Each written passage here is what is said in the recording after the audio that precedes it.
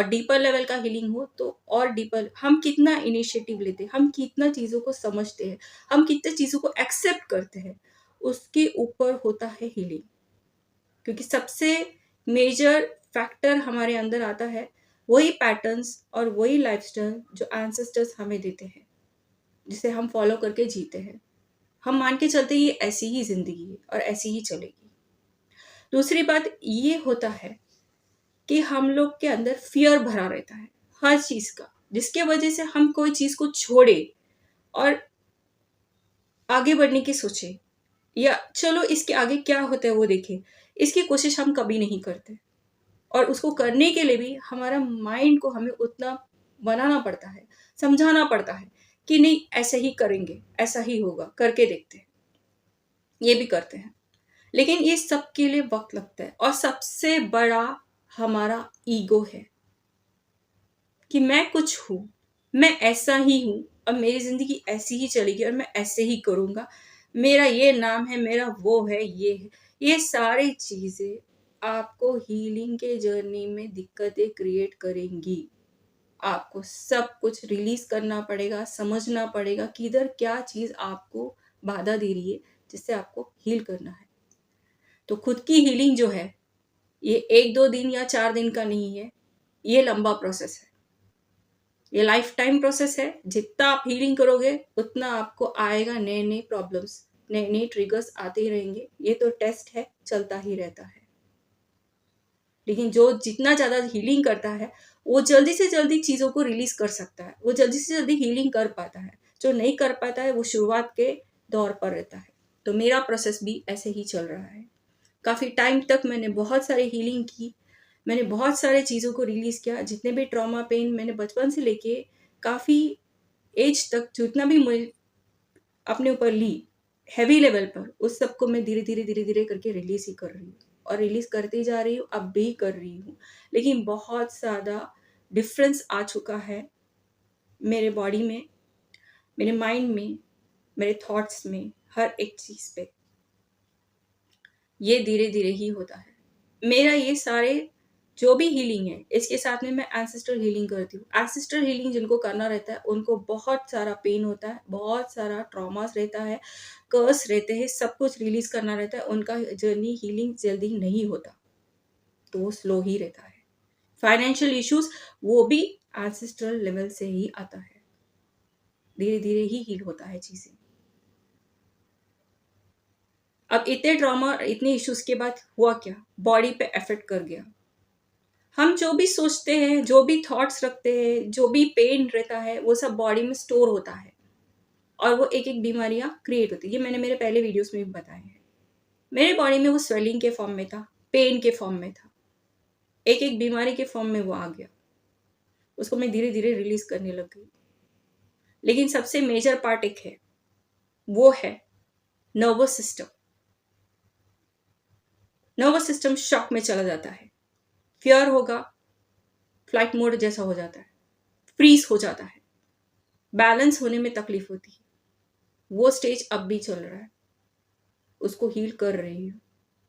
तो जब बॉडी साथ नहीं देता, नर्वस सिस्टम हील्ड नहीं है, तो आप कुछ भी नया ट्राई करेंगे, कोई भी वर्क के लिए भी आप ट्राई करेंगे, आप उसमें सस्टेनेबली नहीं रुक सकते। आपका बॉडी आपका साथ नहीं देता और बहुत ज़्यादा पेन और बहुत ज़्यादा ट्रॉमा और हीलिंग के प्रोसेस चल रहा हो तो सोल भी थक जाता है। सोल और बॉडी साथ नहीं देता, माइंड अकेला कुछ नहीं कर पाता है, क्योंकि वो एक पर्टिकुलर स्टेज रहता है जहाँ नर्वस को हील करना पड़ता है। नर्वस सिस्टम को हील करने के लिए आपको रेस्ट लेना पड़ेगा, आपको स्लो डाउन होना पड़ेगा, आपको पीस में रहना पड़ेगा, लेट गो करना पड़ेगा, सरेंडर करना पड़ेगा, डिवाइन पे ट्रस्ट करना पड़ेगा। ये सारे चीज़ों को आपको फेस करना है, आपको समझना है और इसको रिलीज करना है। बोलने के लिए बहुत से लोग बोलेंगे कि डॉक्टर के पास जाओ, 4 दवाई ले लो, ठीक हो जाओगे। बाहर की दवाई से आपका ट्रीटमेंट इतना ही होगा, डॉक्टर भी आपको उतना ही बताएगा, क्योंकि आखिर में उसकी भी धंधा चलनी है, तो वो उतना ही बताएगा। साइकोलॉजिस्ट के पास जाके करो, नर्वस को हील करो। ये तो हमें खुद ही पता है कि प्रॉब्लम क्या है, क्योंकि हम हीलिंग कर रहे हैं, हम हीलर्स हैं। तो फिर उनके पास जाने की क्या ज़रूरत है। प्रॉब्लम ये है, हमारे थॉट सिस्टम जो है उसको शिफ्ट करना है।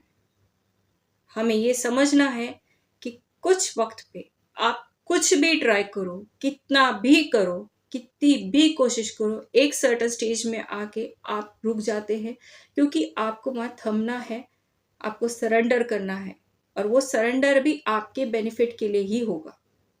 जो आपको उस वक़्त समझ में नहीं आएगा, शायद बाद में समझ में आएगा कि वो पॉज़ आपके लिए क्यों था। आपके कोई हीलिंग के लिए होगा, आपको कोई रियलाइज़ेशंस के लिए होगा, आपको रेस्ट के लिए होगा। कई बार हमारा बॉडी हमारा साथ नहीं देता। उसके रीज़न ये है कि आपको रेस्ट की ज़रूरत है। जो अवेकनिंग स्टेज में जो रहते हैं, जो हीलर्स रहते हैं, वो एम्पैथ भी होते हैं। वो बाहर के कोई भी ट्रॉमा को झेल नहीं सकता। सामने वाला कोई इंसान रहेगा, उसका भी नेगेटिविटी वो खींच लेता है। सामने वाला रोएगा नहीं, लेकिन ये रोता रहेगा। क्यों? क्योंकि वो खींच लेता है उसका प्रॉब्लम। स्पंज की तरह खींच लेते हैं। उनको अलग से हीलिंग करनी पड़ती है, प्रोटेक्शन डालना पड़ता है, तभी वो बाहर तक जा सकते हैं। कुछ कलेक्टिव में हो रहा है इश्यूज, तो वो तक भी उन तक आती है। उनको उसको ट्रांसम्यूट करने पड़ते हैं। बहुत सारे लंबा प्रोसीजर्स होता है ये सब, जो बहुत ईज़ी नहीं है। ये सारी चीज़ों को मैं भी फेस कर रही थी, और ये सारी चीज़ों को आज भी फेस करती हूँ। मैं उसको प्रोटेक्शन जहाँ मुझे डालना है मैं डालती हूँ, ट्रांसम्यूट करना है मैं करती हूँ, ये सब कर रही हूँ। मैंने अपना वर्क जो था वो सब ट्राई किया, सारी चीज़ों को कोशिश भी किया, और उसके बाद जो मैं अभी के समझ में आ रहा है उसके हिसाब से मैं जितना कुछ ट्राई कर सकती हूँ मैंने वो सब किया, बट चीज़ें वर्कआउट नहीं हो रही है, टफर लेवल पे जा रहा है। मेरे अंदर ईगो है भी बोल सकते हैं, नहीं भी है। एक्चुअली क्या है ना, कहीं तो डाउट रुक जाता है कि डाउट ये है कि क्या मैंने कुछ कम किया वर्क को कंप्लीट करने में, मैंने जितने एफर्ट्स डाले उसमें कुछ कम हुआ था क्या, जिसके वजह से ही मेरे को ये प्रॉब्लम हो रही है। मैं इस दिक्कत में थी, एंड मेरे को डिवाइन से बार बार मैसेज आ रहा था, let go, leave it, leave it, take rest, let go, I will handle. ये मैसेजेस आते थे मुझे ये तक भी मैसेज आया था कि I am the author of your life, don't worry about the next page, I will take care. इस तरह के मैसेजेस भी मुझे डिवाइन से आते थे। मैं समझ में आ रहा था, मुझे मैसेजेस कहीं ना कहीं से आ रहे थे, कभी अंदर से आता है, आते ही रहते थे, लेकिन मुझे ये डाउट गिरता रहता था कि कहीं मेरे तरफ से वर्क में कुछ कमी तो नहीं रह गई। एट लास्ट मैंने रिलीज कर दिया, मैंने लेट गो किया, और मेरा बॉडी मेरा साथ नहीं दे रहा था, ना मेरा सोल। वो रेस्ट मोड में था, तो मैंने उसको रेस्ट ही दिया। अभी फ़िलहाल मैं अपने नर्वस सिस्टम को हील कर रही हूँ, पीस में स्लो डाउन होके, और हर एक नेगेटिव वाइब्रेशन चीज़ों से दूर रह रही हूँ, और काम कर रही हूँ अपने ऊपर। सरेंडर कर चुकी हूँ, बॉडी को जितना रेस्ट चाहिए उतना रेस्ट दे रही हूँ। जो है जितना है उतने में मैं ग्रेटफुल हूँ, थैंकफुल हूँ, और डिवाइन को हमेशा वो बोलती हूँ कि आई एम थैंकफुल।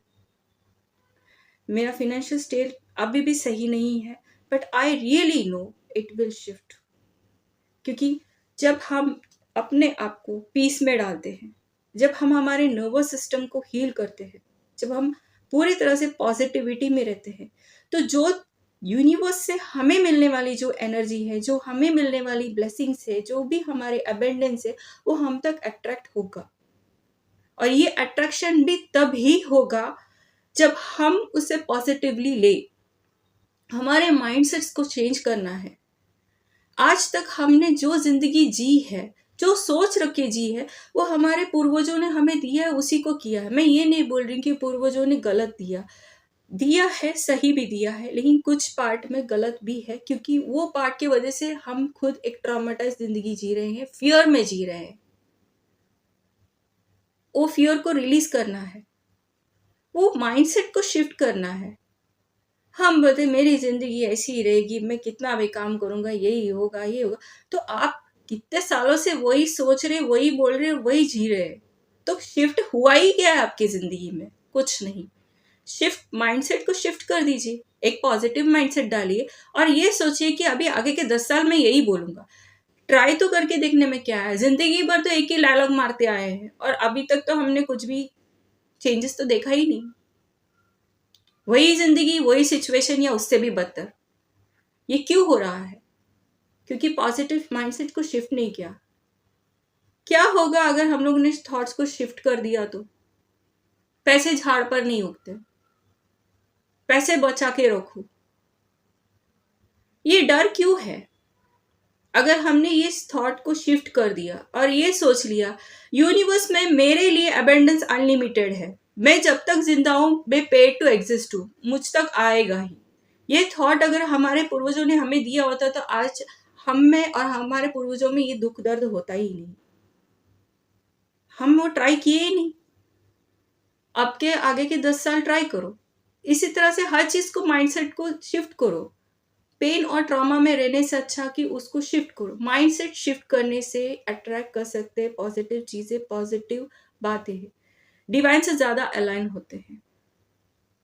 कोशिश करते रहेंगे तभी समझेगा।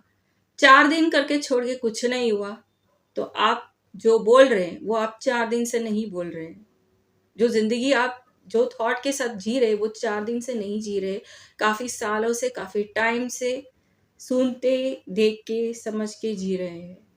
तो जब शिफ्ट कर रहे हैं तो उतना टाइम उसको भी देना है।